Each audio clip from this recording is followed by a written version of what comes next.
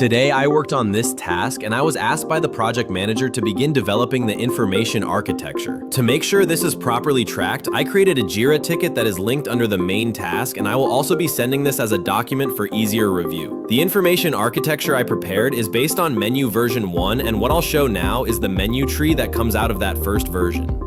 At this point, I currently have two major areas in place: student management and course management. These two items serve as the foundation of the structure. Based on them, I developed the contents, starting with a text-based outline and then expanding into a visual information architecture. The visual IA makes it much easier to see how the different sections connect and how users would navigate through the system. For student management, the original super admin version included all users under one list. What I did here was to narrow that down so it applies only to students. Other functions remain based on version 1, but now they are streamlined to focus only on the student role. This makes the structure clearer and reduces unnecessary complexity. The IA still includes tabs, but they are limited to students. These tabs are organized by status, and each one includes the actions that are available. In the diagram, these are represented as nodes. We have nodes for actions, nodes for the page itself, and nodes for the items. For example, the Add New Student button is marked as an action node. When selected, it opens a modal where administrators can register a new student in just a few steps. I also included filters to make the student list more usable. The filters allow administrators to search by branch, by grade, and by enrollment period. With these in place, the list becomes much easier to navigate since users can quickly narrow the results to exactly what they are looking for. In addition, the student section still includes the student profile and the student status history. These two areas provide a complete record of each learner's information and track any updates to their status over time. Everything here is laid out clearly, but this version is not yet final. It can still change depending on the feedback that comes from the project manager.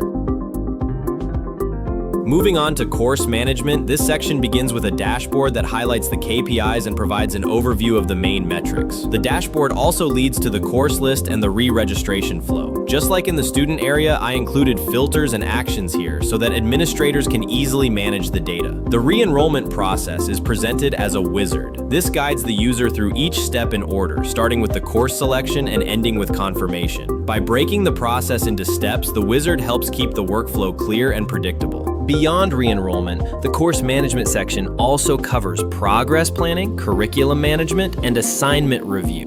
Each of these areas has been carried over from version 1, but they have been refined to align with the updated requirements and to create a more logical structure.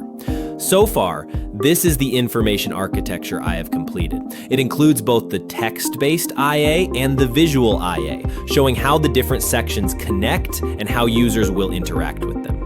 I will continue working on the counseling management area in the next stage, but for now, this represents the current state of the information architecture. That concludes my update on this task. Thank you.